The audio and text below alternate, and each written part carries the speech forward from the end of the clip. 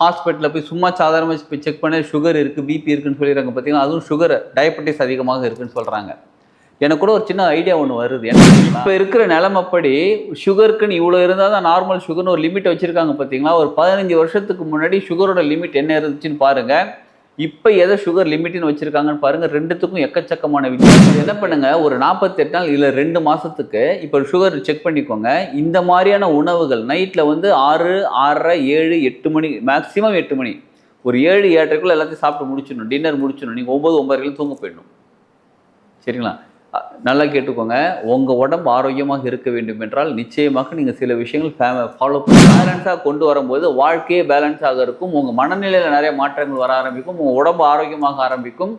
Sugar, BP, thyroid, இந்த மாதிரி கொழுப்பு, கொலஸ்ட்ரால் எல்லாமே வந்து பேலன்ஸ் ஆக ஆரம்பிக்கும். எல்லா வகையான உணவுகளும் பேலன்ஸாக எடுத்துக்கணும். வாழ்க வளமுடன். Healing hands education healing centre தங்கள் அன்புடன் வரவேற்கிறது. இந்த பதிவில் நம்ம தெரிஞ்சுக்க போகிறது நிறைய பேருக்கு இருக்கக்கூடிய தொந்தரவு தாங்க. இப்போ நிறைய பேருக்கு ஹாஸ்பிட்டலில் போய் சும்மா சாதாரணமாக போய் செக் பண்ண சுகர் இருக்குது, பிபி இருக்குன்னு சொல்லிடுறாங்க பார்த்தீங்கன்னா, அதுவும் சுகர் டயபெட்டிஸ் அதிகமாக இருக்குன்னு சொல்கிறாங்க. எனக்கு கூட ஒரு சின்ன ஐடியா ஒன்று வருது. என்ன தெரியுங்களா? நம்ம ஒரு கட்சி ஆரம்பிக்கலாம். அந்த கட்சி ஆரம்பித்து அந்த கட்சியில் வந்து யாரெல்லாம் சேரலாம் அப்படின்னா, யாரெல்லாம் உறுப்பினர்கள் அவங்களுக்கு எல்லாருக்கும் மாத்திரை மருந்து ஃப்ரீ. யார் யாருக்கு சுகர் இருக்கிறவங்களுக்கு, பிபி இருக்கிறவங்களுக்கு மாத்திரை மருந்து அந்த கட்சியில் சேர்றவங்களுக்கு ஃப்ரீன்னு சொன்னால் நமக்கு தான் நிறைய ஓட்டு வரும் போல இருக்குது. அவ்வளோ இருக்குது. அதாவது இது ஜாதி மதம் எதுவுமே கிடையாது. எல்லாருக்குமே சுகர் இருக்குது, எல்லாருக்குமே பிபி இருக்குன்னு சொல்லிடுறாங்க.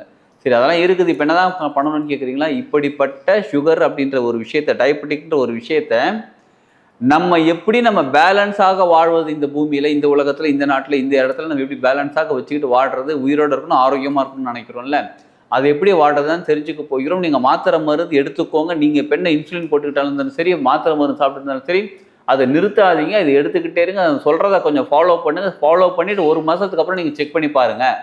இப்போ இருக்கிற நிலைமைப்படி சுகருக்குன்னு இவ்வளோ இருந்தால் தான் நார்மல் சுகர்னு ஒரு லிமிட்டை வச்சுருக்காங்க பார்த்தீங்களா. ஒரு 15 வருஷத்துக்கு முன்னாடி சுகரோட லிமிட் என்ன இருந்துச்சுன்னு பாருங்கள். இப்போ எதை சுகர் லிமிட்னு வச்சுருக்காங்கன்னு பாருங்கள். ரெண்டுத்துக்கும் எக்கச்சக்கமான வித்தியாசம் இருக்குது. ஸோ நிறைய பேருக்கு சுகர் அப்படின்ற ஒரு நோய் கிடையாது, இல்லை. ஆனால் இப்போ இருக்கிற ரிசல்ட் ரிப்போர்ட் படி இது உங்களுக்கு சுகர் இருக்குன்னு சொல்லிடுறாங்க. அதனால் அதை நீங்கள் கேர்ஃபுல்லாக ஹேண்டில் பண்ணுங்கள். நீங்கள் நம்பாதீங்கன்னு சொல்லலை, அதுக்குன்னு நீங்கள் அது முழுசாக நம்புங்கன்னு சொல்லலை. கேர்ஃபுல்லாக ஹேண்டில் பண்ணுங்கள். சரிங்களா? அவங்க பார்த்து புரிஞ்சுக்கோங்க. புரிஞ்சுக்கிட்டு அதுக்கு தகுந்த மாதிரி உணவுகளை மாற்றிக்கோங்க. சரி, இப்போ உணவில் என்னெல்லாம் பண்ணலான்னு கேட்குறீங்களா?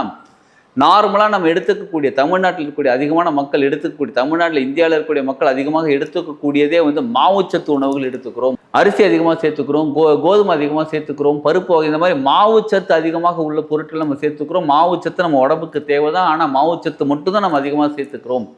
மாவுச்சத்து நம்ம உடம்புக்கு எந்த அளவுக்கு அதிகமாக சேருகிறதோ உடம்புக்கு நல்லதான். உடம்பு நல்ல ஒரு கஷ்டமுக்குன்னு புஷ்டியாக இருக்கும். அதெல்லாம் ஓகே தான்.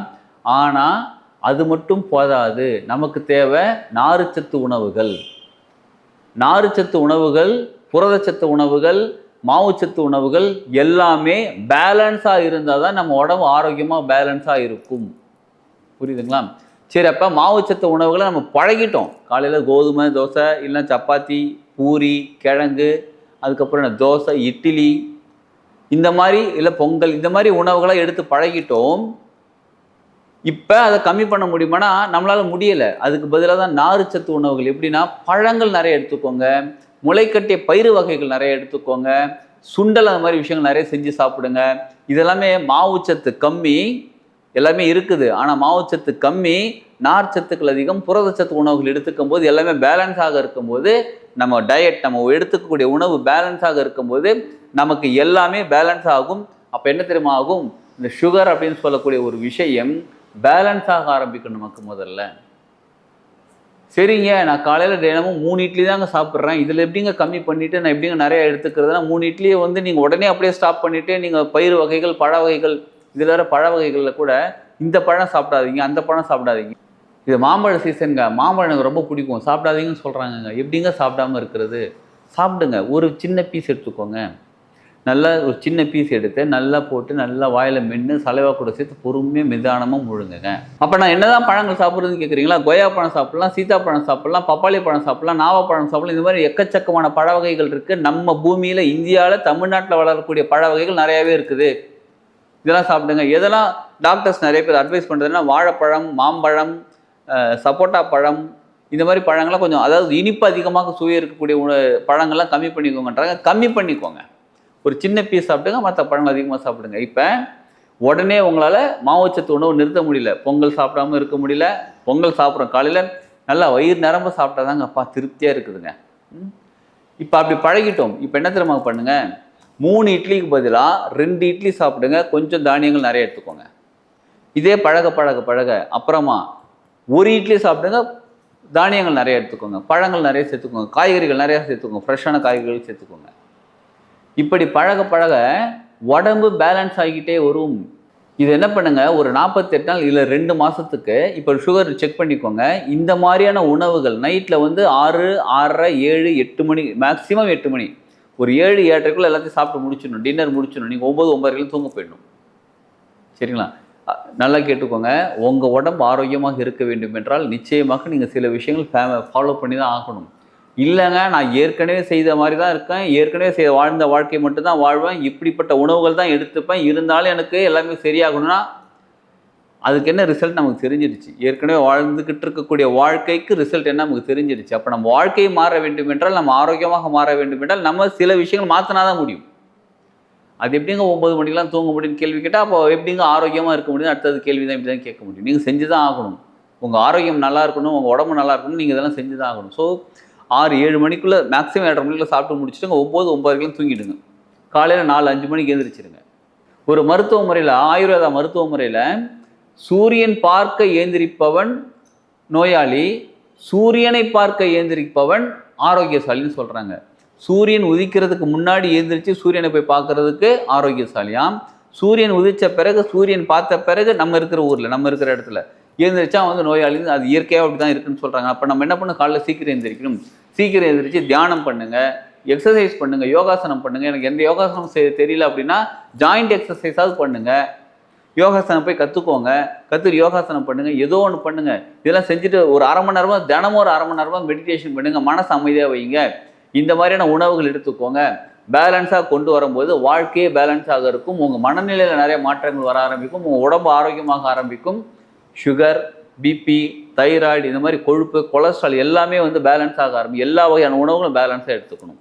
நிறைய பேருக்கு காலையில் எழுந்திரிச்சோன்னா சுட சுட காஃபி குடிக்கணும், சுட சுட டீ குடிக்கணும், இது குடித்ததான் எனக்கு ஒரு சுறுசுறுப்பாக இருக்குது அப்படின்றவங்களுக்கு என்ன தெரியுமா பண்ணுங்கள், ஆவாரம் பூ போட்டு டீ குடிங்க. முக்கியமாக சுகர் இருக்கிறவங்க வந்து காலையில் வெறும் வயிற்றில் இருக்கக்கூடாதுங்களா. அப்போ என்ன பண்ணணும், கொஞ்சம் தண்ணி எடுத்துக்கோங்க. ஆவாரம் பூ, அதாவது ஆவாரம் பூ ஃப்ரெஷ்ஷாக கிடைச்சா ரொம்ப நல்லது. அப்படி இல்லைன்னா ஃப்ரெஷ்ஷாக பறித்த பூவை நிழலில் காய வச்சுருப்பாங்க. பார்க்குறதுக்கு பூ அப்படியே இருக்கும், அந்த மஞ்சள் கலர் கூட மாறி இருக்காது, அப்படியே இருக்கும். அந்த பூவை, அந்த ஃப்ரெஷ்ஷாக இருக்கக்கூடிய பூவை கிடச்சா, இல்லைன்னா ஃப்ரெஷ்ஷாக காய வச்ச பூ, நிழலில் காய வச்சுருக்க பூவை எடுத்துக்கோங்க. எடுத்து தண்ணியில் போட்டு கொஞ்சம் நல்லா நல்லா கொதிக்க வச்சுட்டு, ஸ்லிம்மில் வச்சு கொதிக்க வைங்க. நல்லா கொதிக்க வச்சுட்டு அந்த எசன்ஸ்லாம் அதில் தண்ணியில் இறங்கிட்டு கொஞ்சம் 2 கிளாஸ் தண்ணியை ஊற்றுங்க. சொல்கிறேன் எதுக்குன்னு. ஊற்றிட்டு 1 கிளாஸ் மட்டும் நீங்கள் எடுத்துக்கிட்டு கொஞ்சமாக என்ன பண்ணுங்கள், நாட்டு சர்க்கரை, இல்லைனா அந்த கருப்பட்டி, இல்லைனா கொஞ்சம் லைட்டாக கொஞ்சம் தேன், ஸ்வீட் தேவைப்படுறவங்களுக்கு, இல்லைனா அப்படியே குடிக்கலாம். அப்படியே குடிக்கிறது ரொம்ப நல்லது. அதில் வந்து துவர்ப்பு சுவையும் கசப்பு சுவையும் கலந்துருக்குது. நார்மலாக சுகருக்கு வந்து கசப்பு சுவை நல்லதுன்னு சொல்லுவாங்க. கசப்பு நல்லது தான், ஆனால் அதை விட தாண்டி துவர்ப்பு சுவை. அந்த துவர்ப்பு சுவையோட அந்த மூலிகை தேநீர் குடிங்க. வேறு எதுவுமே கலக்க வேணும், வெறும் ஆவாரம் பூ மட்டும் போட்டு குடிங்க. எங்கள் ஊரில் ஆவாரம் பூ கிடைக்கலங்க, நீங்கள் எங்கேயாவது ஆவாரம் பூ பொடி போடலாமான்னு கேட்பாங்க. ஆவாரம் பூ பொடிலாம் வேண்டாம், இயற்கையாக நிறைய இடத்துல கிடைக்குது. இப்போ நம்மகிட்ட கிடைக்க கூட நம்ம அரேஞ்ச் பண்ணி தரலாம். அதுக்கு ஆவாரம் பூ காய வச்சது அரேஞ்ச் பண்ணி தரலாம். சரிங்களா? அது குடிங்க, அது ரொம்ப உடம்புக்கு நல்லது.